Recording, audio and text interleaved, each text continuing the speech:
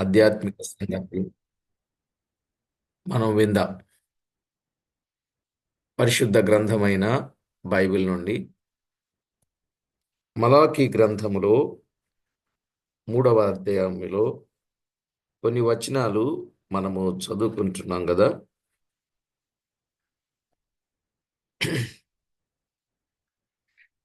3వ అధ్యాయంలో 3వ వచనము నుండి 6 వచనాలు చదువుకున్నాం. లేక 2వ వచనము నుండి. అయితే ఆయన వచ్చు దినమున ఎవరు సహింపగలరు? ఆయన అగుపడగా ఎవరు ఓర్వగలరు? ఆయన కంసాలి అగ్ని వంటివాడు, చాకలివాని సబ్బు వంటివాడు. వెండిని శోధించి నిర్మలము చేయువాడైనట్లు కూర్చునియుండును. లేవీయులు నీతిని అనుసరించి యెహోవాకు నైవేద్యములు చేయునట్లు వెండి బంగారములను నిర్మలము చేయు రీతిని ఆయన వారిని నిర్మలులను చేయును. అప్పుడు మునుపటి దినములలో ఉండినట్లును పూర్వపు సంవత్సరములలో ఉండినట్లును యూదావారును యెరూషలేము నివాసులను చేయు నైవేద్యములు యెహోవాకు ఇంపుగా ఉన్నను. తీర్పు తీర్చుటకై నేను మీ వద్దకు రాగా శిల్లంగి వాండ్ర మీదను వ్యభిచారుల మీదను అప్రమాణికుల మీదను నాకు భయపడక వారి కూలి విషయములో కూలి వారిని విధవరాండ్రను తండ్రి లేని వారిని బాధపెట్టి పరదేశులకు అన్యాయము చేయు వారి మీదను దృఢముగా సాక్ష్యము పలుకుదునని సైన్యములకు అధిపతియగు యెహోవా సెలవిచ్చుచున్నాడు. యెహోవానైన నేను మార్పు లేని వాడను గనుక యాకోబు సంతతి వారైన మీరు లయము కాలేదు. చదవబడిన దైవలేఖనం కొరకు చిన్న ప్రార్థన చేసి వాక్యాన్ని విందాం. జీవాధిపతి అయిన మా ప్రియ ప్రభువా, వాక్యమై ఉన్న మా దేవా, మీ ఘననామానికి వందనాలు స్తోత్రాలు చెల్లిస్తున్నాం. దేవా, ఎంతో గొప్ప దేవుడవు, మహిమగల దేవుడవు, ప్రభావం గల దేవుడవు, సాటిలేని దేవుడవు, సర్వశక్తి సంపన్నుడవు. మా ప్రభువా, మమ్మను మీరెంతో ఎక్కువగా ప్రేమించి మీ కృపతో జ్ఞాపకం చేసుకొని దినదినము అనుదినము విడువక ఎడబాయక కృపచూపుచు మా పక్షంగా మీరు చేస్తున్న ప్రతి మేలును బట్టి మీకు స్తోత్రం. మా జీవితంలో మరొక శుభదినం ఈవిగా అనుగ్రహింపజేశారు. ఈ దినమున పెందలకడనే మీ పాద సన్నిధిలో చేరి ప్రార్థించున్నట్లు, ప్రస్తుతించున్నట్లు, ప్రణమిల్లునట్లు, ప్రాధేయపడినట్లు, పూజించున్నట్లు మీరు చూపిన కృపకై కృతజ్ఞతలు చెల్లిస్తున్నాం. చదవబడిన లేఖన భాగంలో నుండి తేటైన సంగతిని సూటిగా మాతో మాట్లాడి మీకు రావలసిన మహిమ ఘనత కీర్తి ప్రభావములను మీరు ఆరోపించుకొనమని కోరుచు మా ప్రాణనాథుడు ప్రియుడు మా రక్షకుడునైన యేసుక్రీస్తు అమూల్యమైన నామమున స్తోత్రము చెల్లించి ప్రార్థించి వినులమై వేడుచు ఉన్నాం మా పరమ తండ్రి. ఆమేన్. ప్రభునందు ప్రియులారా, మనము చదువుకున్న ఈ వచన భాగములో 1 నుండి 6 వచనాలు ప్రవచనములు అని మనము చదువుకున్నాం. 5 భాగాలుగా ఈ 3వ అధ్యాయాన్ని మనం చేసుకున్నప్పుడు 1 నుండి 6 ప్రవచనములు, 7 నుండి 12 అర్పణలను గూర్చి గద్దించుట, 13 నుండి 15 వచనాలు గర్వపు మాటలను గూర్చి గద్దించుట, 16 నుండి 17 వచనాలు యెహోవా యందు భయభక్తులు గల వారి మాటలు, 18వ వచనం నీతిమంతుల దుర్మార్గుల ఫలితములు మనం వింటూ రాసుకోవచ్చు. అట్లా నీతిమంతుల దుర్మార్గుల ఫలితములు. ఇందులో ప్రవచనాలలో మనము ఆలోచన చేసినప్పుడు ప్రభువైన యేసుక్రీస్తును గుర్చిన వాస్తవం తేటగా చెప్పాడు. బాప్తిజం ఇచ్చి యోహాను సంగతి వ్రాయబడి ఉన్నది, అలాగుననే యేసుక్రీస్తును గుర్చిన సంగతి. ఆయన దూతగా చెప్పబడ్డాడు, యేసుక్రీస్తు దూతగా చెప్పబడ్డాడని. 1 క్రీస్తు దేవుని సన్నిధి దూత అని, 2 క్రీస్తు రక్షకుడైన దేవుని సన్నిధి దూత అని, 3 సమస్తమైన కీడులలో నుండి తప్పించిన దూతయని. 4 దేవుని నామమున్న దూత అని. అలాగూ తరచుగా పాత నిబంధనలో కనబడిన యెహోవా దూత క్రీస్తే అని. 6వది నిబంధన దూతయని మన మలాకి గ్రంథములో మనము విన్నాం. నిజమే. ప్రభు పిల్లలమైనటువంటి మనము ఈ నిబంధన దూత తన ఆలయమునకే వచ్చునని చెప్పబడి ఉన్నది. ఈ నిబంధన దూత తన ఆలయమునకు వస్తాడు. అవును, తన ఆలయమునకు ఈ దూత వస్తాడు. ఆలయము అంటే ఇందులో 3 వ్యాఖ్యానాలు మనం చేసుకోవచ్చు. హఠాత్తుగా ఈ నిబంధన దూత తన ఆలయమునకే వచ్చునని చెప్పబడి ఉన్నది. అవును ప్రియులారా, తన ఆలయమునకు వచ్చును. 1 ఇప్పుడే మీ హృదయమనే ఆలయములోనికి క్రీస్తు వస్తాడు.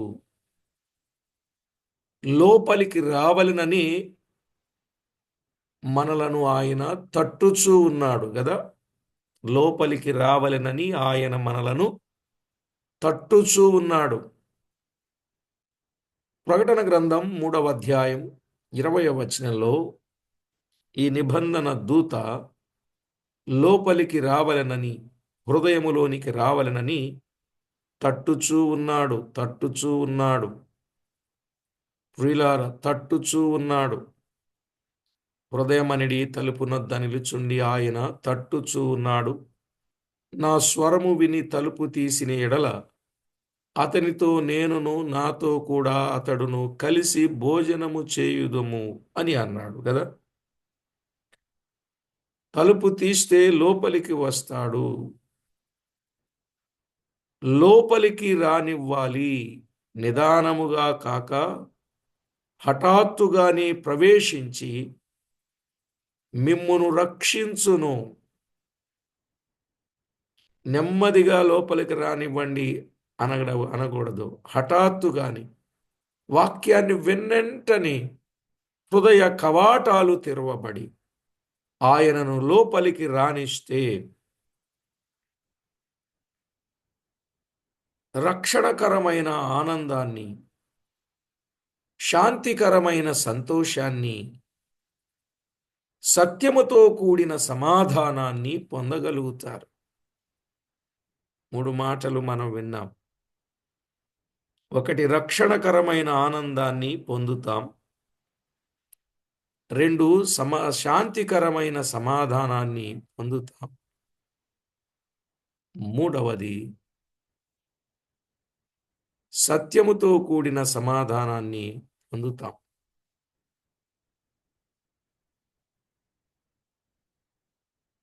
అలాగునని రక్షించబడిన వారు రక్షణలో పెరగడం చాలా మంచిది. తమ సొంత రక్షణను కాపాడుకోవడం ఎంతో మంచిది.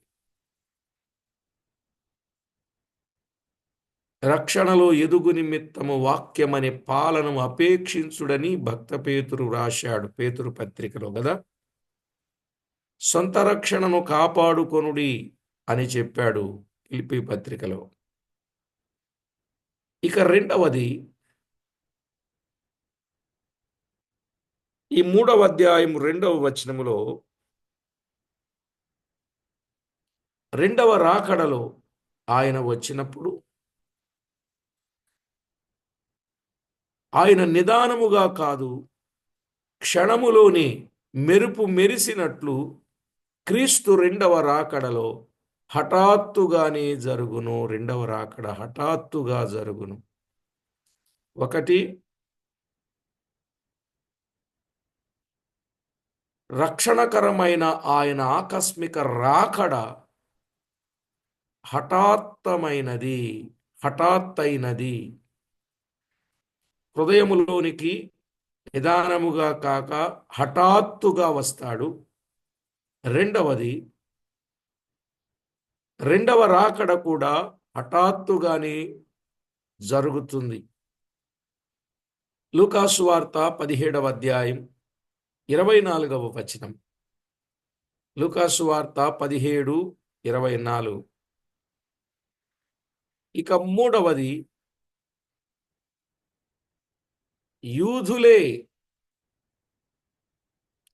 ఆయన పాత ప్రజలు. యూదులే ఆయన పాత ప్రజలు. యెరూషలేములో వారి కొరకు కట్టబడిన ఆలయమే ఆయన పాత ఆలయము.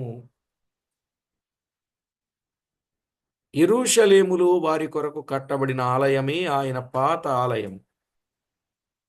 ఆ ఆలయములోనికి హఠాత్తుగా క్రీస్తు 2 సార్లు వచ్చినట్లు వ్రాయబడినది. హఠాత్తుగా క్రీస్తు 2 సార్లు వచ్చినట్లు వ్రాయబడినది. తన సేవ ఆరంభమందు ఒకసారి,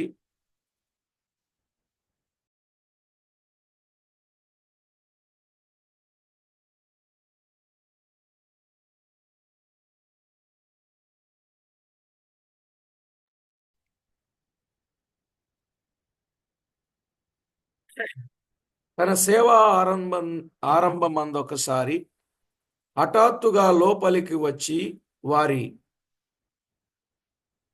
బల్లలు పడద్రోసి ఆ ఆలయము అపవిత్రపరచిన వారి మీద కొరడాలెత్తాడు ప్రభు కదా. హఠాత్తుగా వచ్చాడు. యోహాను సువార్త 2వ అధ్యాయం 13వ వచనం 16వ వచనం. తన సేవ ఆరంభమందు ఒకసారి హఠాత్తుగా ఎక్కడికి వచ్చాడు? లోపలికి వచ్చాడు. వారి వీరి బల్లలను పడద్రోసి ఆ ఆలయము అపవిత్రపరచిన వారి మీద కొరడాలు పట్టాడు. రెండవసారి తన సేవ అంతములో మళ్ళీ ఆలయములోనికి హఠాత్తుగా వచ్చి యూదులకు తీర్పు తీర్చు వారిని వెళ్ళగొట్టెను.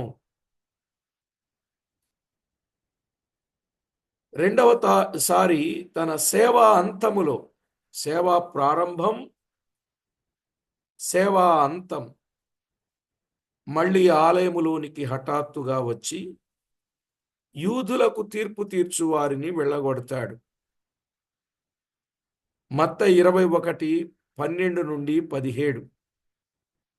మత్తయి 21:12-17. అవును, హఠాత్తు అనంటే తెలియని గడియ వచ్చినట్టని అర్థం. తెలియని గడియ వచ్చినట్టని అర్థం హఠాత్తు అంటే. మూడవసారి అలాగే సంఘమునెత్తివేసిన పిదప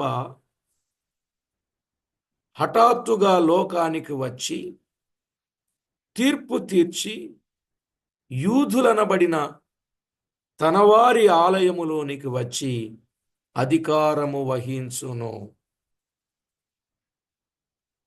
అర్థమైందండి? మనము చదువుకున్నాం కదా, 3వ అధ్యాయములో 1వ వచనములో తన ఆలయమునకు హఠాత్తుగా వచ్చును. తన ఆలయమునకు హఠాత్తుగా వచ్చును. 1, హృదయములోనికి హఠాత్తుగా వస్తాడు. 2, క్రీస్తు 2వ రాకడ హఠాత్తుగా జరుగుతుంది. 3, యూదులు ఆయన పాత ప్రజలు గనుక యెరూషలేములో వారి కొరకు కట్టబడిన ఆలయం పాత ఆలయం. ఆ ఆలయానికి క్రీస్తు హఠాత్తుగా వస్తాడు.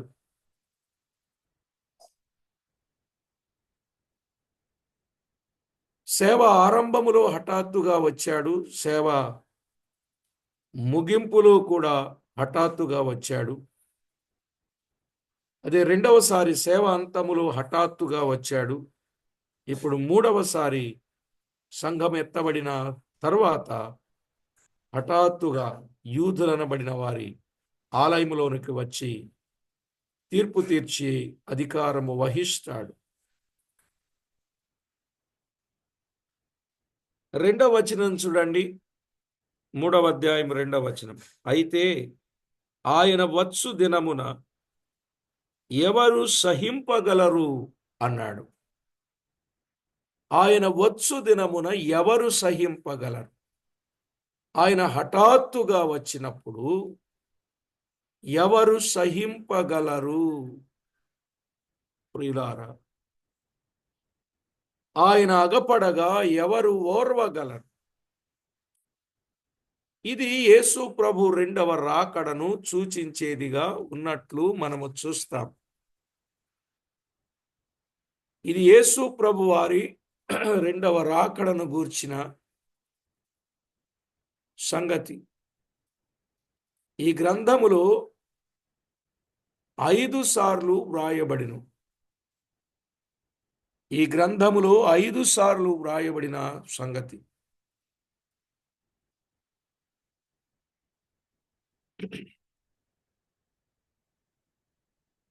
17వ వచనం,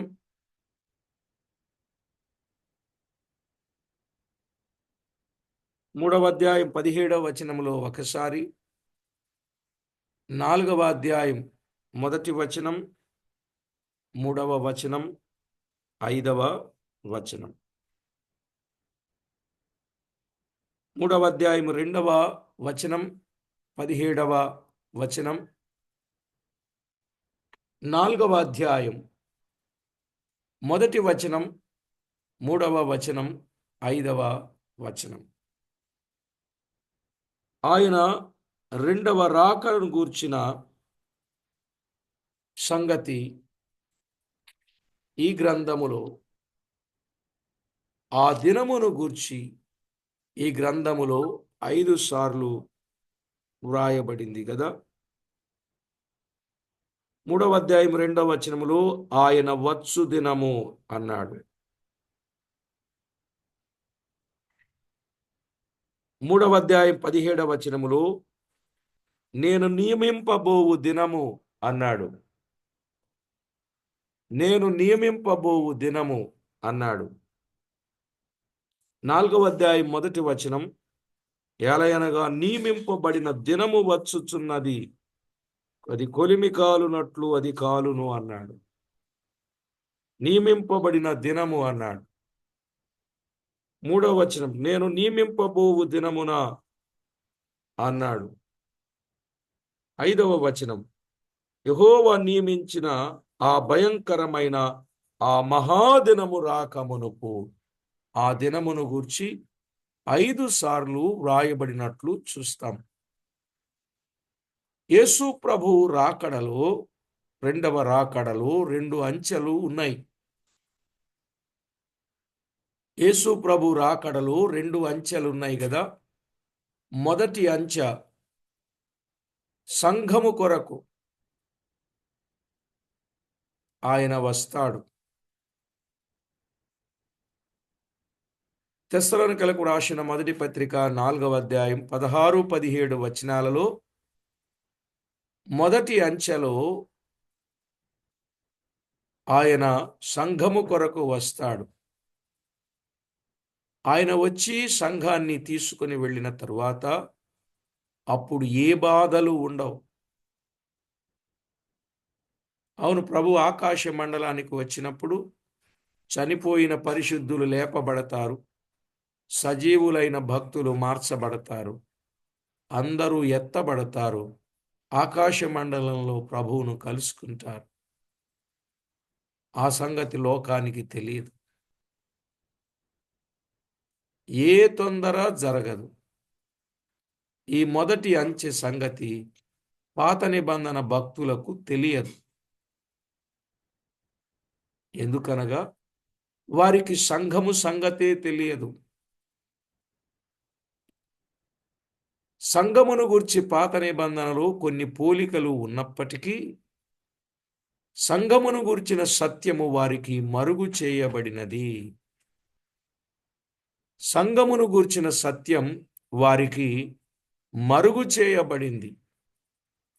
ఎఫెసీ పత్రిక 3వ అధ్యాయం 5 నుండి 6 వచనాలు. ఎఫెసీ పత్రిక 3వ అధ్యాయం 5, 6 వచనాలు. గనుక సంఘము ఎత్తబడి ఆకాశ మండలంలో ప్రభువును కలుసుకునే సంగతి వారు ఎరుగరు. అయితే ప్రభువు రాకడలో రెండవ అంచె ప్రకటన గ్రంథం 1వ అధ్యాయం 7వ వచనం ప్రకారంగా ప్రతి నేత్రము ఆయనను చూచును, ఆయనను పొడిచిన వారును ఆయనను చూతురు. భూజనులందరూ ఆయనను చూచి రొమ్ము కొట్టుకొందురు. ఎందుకనగా ఆయన అగ్నిజ్వాలలలో ప్రత్యక్షమవుతాడు గనుక. తెస్సలోనికలకు రాసిన 2వ పత్రిక 1వ అధ్యాయం 6 నుండి 10 వచనాలు.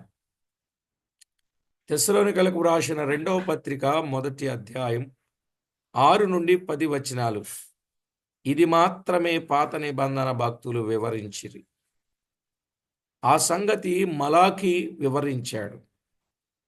ఆయన వచ్చు దినము ఎవరు సహింపగలరు? ఆయన అగుపడగా ఎవరు ఓర్వగలరు? ఈ దినమును గూర్చి ఇంకా అనేకమైన సంగతులు మనము వినవచ్చు. అయితే ఆయన ఎలాంటి వాడు? 3వ అధ్యాయం 2వ వచనం. ఆయన ఎలాంటి వాడు? 1, ఆయన కంసాలి అగ్ని వంటి వాడు. ఆయన ఎలాంటి వాడండి? కంసాలి అగ్ని. నిజమే.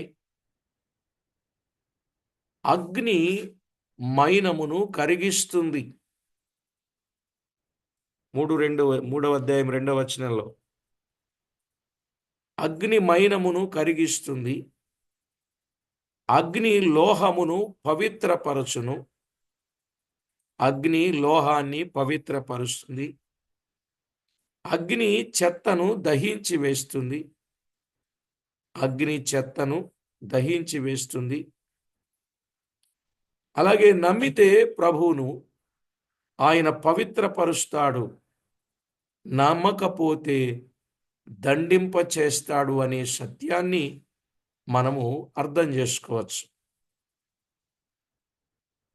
అగ్ని చెత్తను దహించి వేస్తుంది అంటే నమ్మితే పవిత్రపరుస్తాడు, నమ్మకపోతే దండింపజేస్తాడు. అది తప్పదు ఎవరికైనా.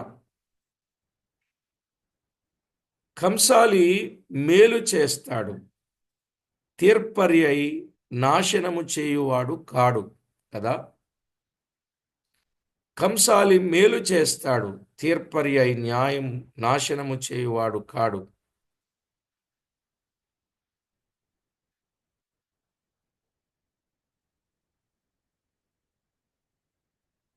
అంటే ఏది సత్యమో ఏది అసత్యమో తేట తెల్లం అవుతా ఉంది. ప్రియులారా,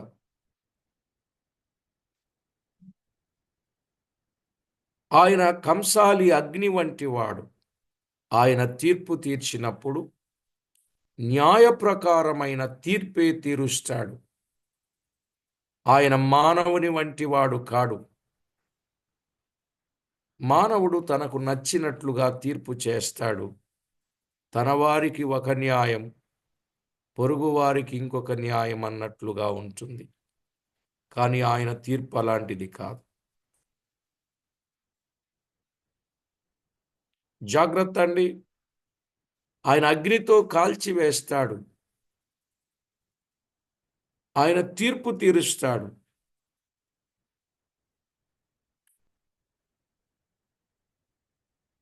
నిజమే, ఆయన బెదిరిస్తే అగ్ని వలన తీర్పు పొందుతారు. క్రీస్తు అగ్నిలో బాప్తిస్మమిచ్చు వాడై ఉన్నాడు అనే మాట మనకు తెలుసు కదా. అగ్ని బాప్తిస్మం అంటే ఆయన నిప్పులు కురిపించే సత్యముతో కూడిన తీర్పు చేస్తాడని అర్థం. అందులో ఒకటి ఆత్మలోను ఆత్మలోను సత్యముతోనూ బాప్తిస్మం ఇస్తాడు. విధేయుడు కాని ఎడల 2 ఆరని అగ్నితోనూ అగ్నిలోనూ బాప్తిస్మం ఇస్తాడు. లూకా 3:16లో ఆత్మలోను సత్యముతోనూ బాప్తిస్మం ఇస్తాడు. వాస్తవంగా ఒకవేళ ఎవరైతే విధేయుడు కాకపోతారో వారికి ఆరని అగ్నితోనూ అగ్నిలోనూ బాప్తిస్మం ఇస్తాడు. నిజమే, దేవుడే దహించు అగ్ని అయి ఉన్నాడు. తెలుసు కదా మనకు ఆ వచనం. హెబ్రీ పత్రిక 12వ అధ్యాయం 29వ వచనం. ఆయన దహించు అగ్ని. ఇక్కడ మనము చూచినప్పుడు క్రీస్తు కంసాలి అగ్ని.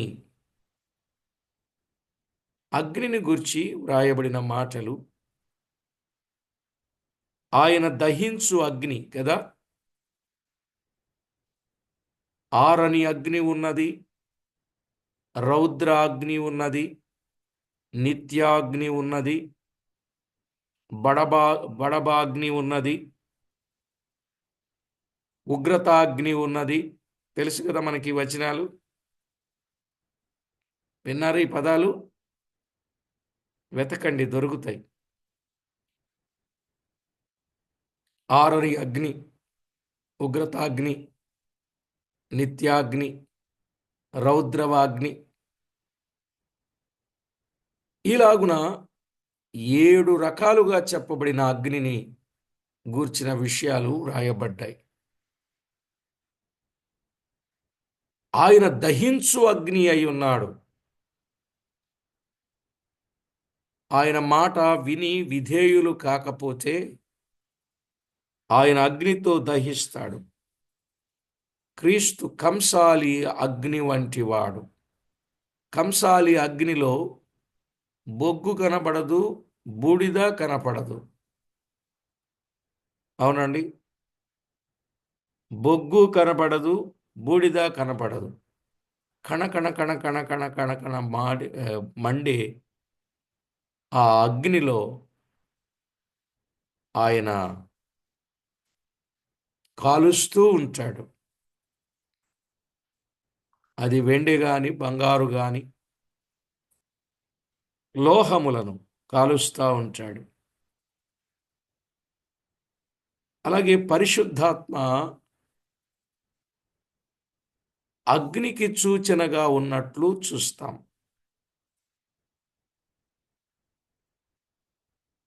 ఆయనను ఆర్పకూడదు, ఆయనను ఆర్పకూడదు. తెస్సలోనికలకు రాసిన మొదటి పత్రికలో 5వ అధ్యాయం 19వ వచనములో ఆయనను ఆర్పకూడదు. ఈ సత్యములో కూడా త్రిత్వం అనేది కనబడుతుంది.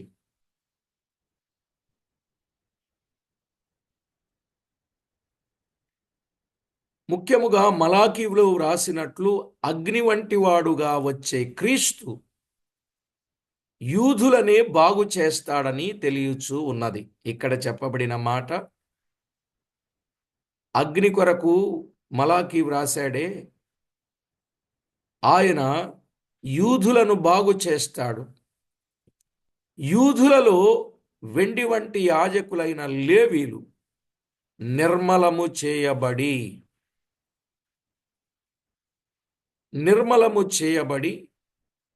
3:3లో వ్రాసినట్లు సరి అయిన బలులు దేవునికి అర్పిస్తారని బోధపడుచు ఉన్నది. అంటే వారు అర్పించిన బలులలో యథార్థత లేదు అన్నట్టుగా మనకు అర్థమైతే ఆయన వారిని శుద్ధి చేయడం మూలాన, నిర్మలులను చేయటం మూలాన సరి అయిన బలులు దేవునికి అర్పిస్తారు అని మనము గమనించవచ్చు. ఇక 3వ అధ్యాయము 2వ వచనములో మరొక పోలిక చెప్పబడినది.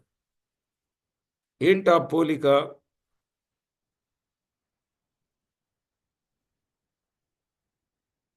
చాకలివాని సబ్బు వంటి వాడు అన్నాడు. 3వ అధ్యాయం 2వ వచనం. 1 కంసాలి అగ్ని వంటి వాడు, 2 చాకలివాని సబ్బు. చాకలివాని సబ్బు. నిజమే, సబ్బు అనేది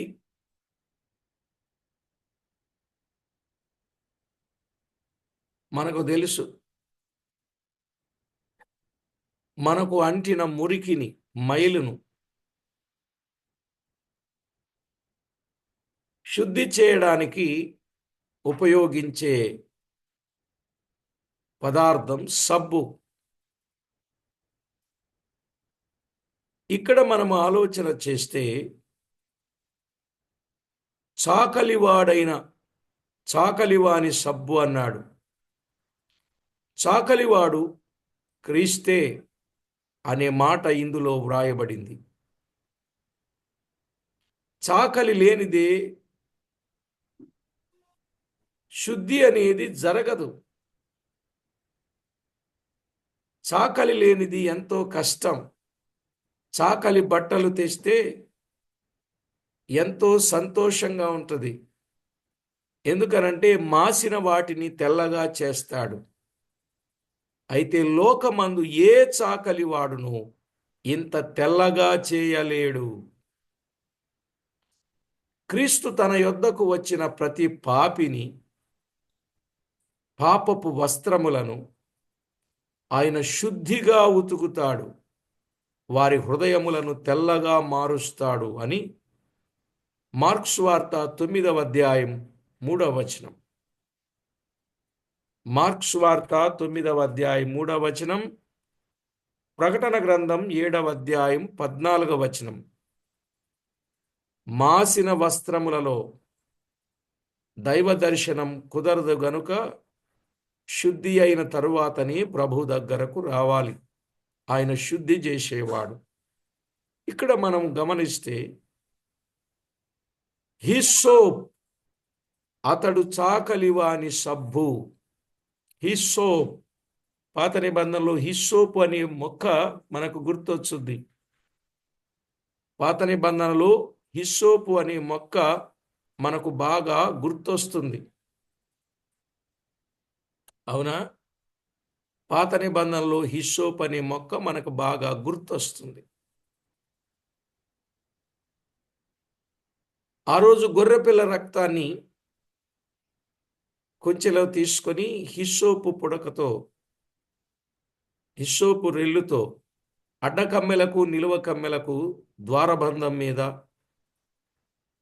రక్తాన్ని పూసినప్పుడు సంహారక దూత దాటిపోయినట్లు ఈ హిస్సోపు మొక్క నుండి ఆ రోజు దానికి అంత విలువ ఉన్నట్లు మనము చూస్తాం. ఆ మొక్కే రాజుల మొదటి గ్రంథం 4:33లో గోడలో నుండి మొలిచిన మొక్క అని వ్రాయబడింది. ఎక్కడ? గోడలో నుండి మొలిచిన మొక్క. ఆ మొక్కే యెషయా గ్రంథం 53వ అధ్యాయం 2వ వచనములో 53:2 లేత మొక్క వలెను, ఎండిన భూమిలో మొలిచిన మొక్క వలెను అతడు ఆయన ఎదుట పెరిగెను. ఆ లేత మొక్క, ఎండిన భూమిలో మొలిచిన హిస్సోపు మొక్క. రాజుల గ్రంథం రిఫరెన్స్ 4:33. ఆ మొక్క ప్రభు అయిన క్రీస్తే. హిస్సోప్, హిస్సోప్, హిస్సోప్, అతడు సాకలివాని సబ్బు. మనము పెట్టుకునే పై సబ్బు పై మురికి పోతుంది. యేసుక్రీస్తు అంతరింద్రియమును శుద్ధి చేయువాడు అనే సత్యాన్ని మనము గుర్తించవచ్చు. ఇక మూడవ మాట, అక్కడే 3వ అధ్యాయములో, వెండిని శోధించి నిర్మలము చేయువాడైనట్లు కూర్చునియుండును అన్నాడు. 1 కంసాలి అగ్ని, 2 సబ్బు వంటివాడు, 3 వెండిని శోధించి నిర్మలము చేయువాడైనట్లు కూర్చుని ఉంటాడు. కంసాలి వెండి అగ్నిలో వేసినప్పుడే దగ్గర కూర్చొని ఉండును. నిజమే కదండి? వెండిని అగ్నిలో వేసినప్పుడే దగ్గర కూర్చొని ఉంటాడు. ఈ సంగతి చదివిన 2 సహోదరులట కంసాలి యొద్దకు వెళ్ళి ఈ విషయాన్ని విచారించారట. విచారించినప్పుడు వెండిని అగ్నిలో వేసి నిర్మలమగు వరకు అక్కడే కూర్చొని ఉంటాం, ఎక్కడికి వెళ్ళుటకు వీలు లేదు అని ఆ కంసాలి కూడా జవాబిచ్చాడు. అయితే వెండిని అగ్నిలో వేశాక అజాగ్రత్తగా గాని అశ్రద్ధగా గాని ఉండుటకు వీలు లేదు అన్నాడు. ఎందుకంటే జాగ్రత్తగా దాన్ని శుద్ధి చేయవలెను. ఇది పట్టుదలను చూపుచూ ఉన్నది. ఇది దేన్ని సూచిస్తా ఉంది? పట్టుదల. ప్రభువు కూడా లేవీయులను నిర్మలము చేయు వరకు ఆయన అశ్రద్ధగా ఉండడు. లేవీయులను శుద్ధి చేయు వరకు, నిర్మలులుగా చేయు వరకు ఆయన అశ్రద్ధగా ఉండడు. లేవీయులు నీతిని అనుసరించి నైవేద్యములు చేయునట్టు ఆయన వారిని నిర్మలులనుగా చేయును. లేవీయులు నైవేద్యము చేయాలి. అది దేవునికి అంగీకారమైన నైవేద్యం. అది వారు చేయాలంటే వారు నిర్మలులుగా ఉండాలి అని 3వ వచనములో మనము చూస్తాం. అయితే ఆయన తిరిగి వచ్చినప్పుడు అలాగు చేస్తాడు. తిరిగి వచ్చినప్పుడు అందుకు వచనాలు యెషయా గ్రంథం 1వ అధ్యాయం 25, 26 వచనాలు. యెషయా గ్రంథం 1వ అధ్యాయం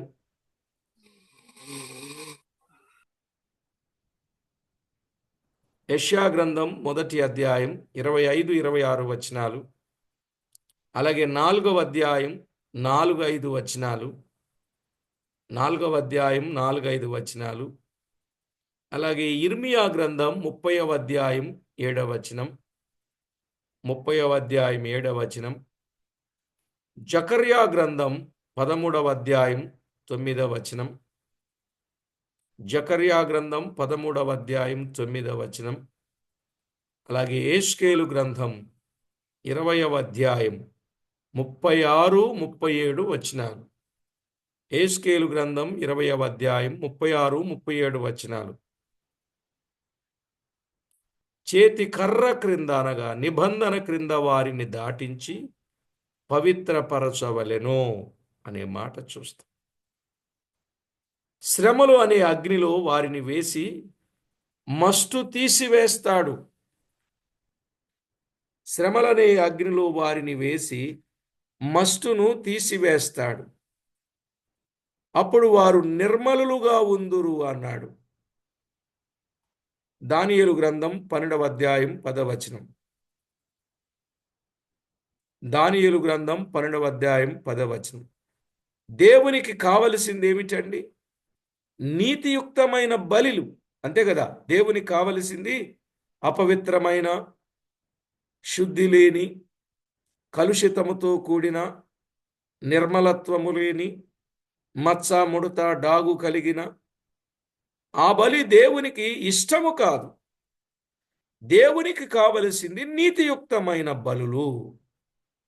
కీర్తన 4వ కీర్తన 5వ చరణం. నీతియుక్తమైన బలి ఆయనకి కావాలి. కీర్తన 51, 17 నుండి 19. విరిగి నలిగిన బలి ఆయనకు కావాలి. విరిగి నలిగిన బలి ఆయనకు కావాలి. కాబట్టి ప్రభు దిగి వచ్చినప్పుడు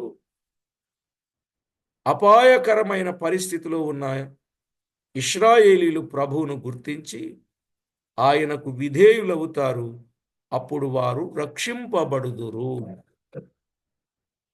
విధేయులవుతారు, వారు రక్షింపబడతారు. జకర్యా గ్రంథం 12వ అధ్యాయం 10 నుండి 14 వచనాలు మనము చదవాలి. ప్రభువు దిగి వచ్చినప్పుడు ఏమవుతుందండి? అపాయకరమైన పరిస్థితిలో ఉన్న ఇశ్రాయేలీలు ప్రభువును గుర్తించి ప్రభువుకు వారు విధేయులవుతారు. అప్పుడు వారు రక్షింపబడతారు. జకర్యా 12:10 నుండి 14. యెషయా గ్రంథం 10వ అధ్యాయం 20-22 వచనాలు. యెషయా 10:20-22 వచనాలు. అలాగే రోమాపత్రిక 11వ అధ్యాయం 25 నుండి 27 వచనాలు. రోమాపత్రిక 11వ అధ్యాయం 25 నుండి 27 వచనాలు. అప్పుడు మాత్రమే లేవీయులు అర్పించు నైవేద్యం యెహోవాకు ఇంపుగా ఉండును. అప్పుడే వారు అర్పించిన నైవేద్యం యెహోవాకు ఇంపుగా ఉంటుంది. ఇంపుగా ఉంటుంది. ప్రియులారా, మనము కూడా మునుపటి దినములలో ఉన్నట్లు, పూర్వపు సంవత్సరములలో ఉన్నట్లు యూదావారు యెరూషలేము వారు చేయు నైవేద్యములు యెహోవాకు ఇంపుగా ఉండును. సొలొమోను అర్పించిన బలులు యెహోవా అంగీకరించి మహిమతో మందిరమును నింపాడు కదా. మహిమతో నింపాడు. దినవృత్తాంతముల 2వ గ్రంథం 7వ అధ్యాయం 1 నుండి 3 వచనాలు. సొలొమోను అర్పించిన బలులు యెహోవా అంగీకరించాడు, మందిరమును మహిమతో నింపాడు. 12వ వచనం కూడా చదవచ్చు. అలాగే ప్రభువు దిగివచ్చి ఇశ్రాయేలీలను నిర్మలము చేయునప్పుడు ఆయన వారిని పరిమళ ధూపముగా అంగీకరిస్తాడు. ఇదండి, పరిమళ ధూపముగా ఆయన అంగీకరిస్తాడు. యెహెజ్కేలు గ్రంథం 20వ అధ్యాయం 40-41 వచనం. యెహెజ్కేలు గ్రంథం 20వ అధ్యాయం 40-41 వచనం. అప్పుడు ఇశ్రాయేలీలలో మిగిలిన వారు పాపము చేయరు, అబద్ధము ఆడరు, కపటములాడు నాలుక వారి నోట ఉండదు. అర్థమైందండి? ఎప్పుడైతే వెండిని నిర్మలము చేయునట్లు వారిని పరిమళ ధూపముగా ప్రభువు మార్చాడో, అప్పుడు ఇశ్రాయేలీలలో మిగిలిన వారు ఏం చేయరు? పాపము చేయరు, అబద్ధము ఆడరు, కపటములాడు నాలుక వారి నోట ఉండదు. కావాలంటే వచనాలు చూడండి. చదవకుండా చాలా వచనాలు చెప్తున్నాను, మీరు హోంవర్క్ అన్నమాట ఇంటికి వెళ్ళిన తర్వాత. జెఫన్యా గ్రంథం 3వ అధ్యాయం 13వ వచనం. జెఫన్యా గ్రంథం 3వ అధ్యాయం 13వ వచనం. యెషయా గ్రంథం 63వ అధ్యాయం 7 నుండి 9 వచనాలు. యెషయా గ్రంథం 63వ అధ్యాయం 7 నుండి 9 వచనాలు. అలాగే 60వ అధ్యాయం 21వ వచనం, 60వ అధ్యాయం 21. అలాగే ఇర్మియా గ్రంథం 31 అధ్యాయం 33, 34. ఇర్మియా గ్రంథం 31, 33, 34. దేవుడు వారిని పరిమళ ధూపముగా అంగీకరించినప్పుడు వారి నైవేద్యములు ఆయనకు ఇంపుగా ఉండును. వారి నైవేద్యములు ఆయనకు ఇంపుగా ఉంటాయి. వ్యక్తి అర్పించే అర్పణ కంటే వ్యక్తి ముందు ఆయనకు అంగీకారము కావాలి. అర్థమైందండి? వ్యక్తి అర్పించే అర్పణల కంటే ముందు వ్యక్తి ఆయనకు అంగీకారముగా ఉండాలి. ఈవేళ దీనికి భిన్నంగా ఉంది సేవ. వ్యక్తి అర్పించే అర్పణలు ముఖ్యంగా ఎంచుతున్నారండి.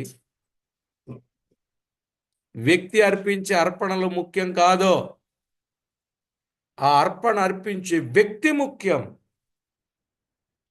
అర్పించే వస్తువు ముఖ్యం కాదు, వాని హృదయం ముఖ్యం. అది మన జీవితంలో ఖచ్చితంగా మనము అలాంటి అనుభవానికి రావాలి.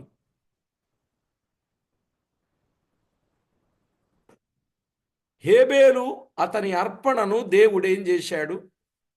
అంగీకరించాడు అన్నాడు కదండి. హేబేలు అతని అర్పణను దేవుడు అంగీకరించాడు. కయీనును అతని అర్పణను అంగీకరించలేదు అని వ్రాయబడింది.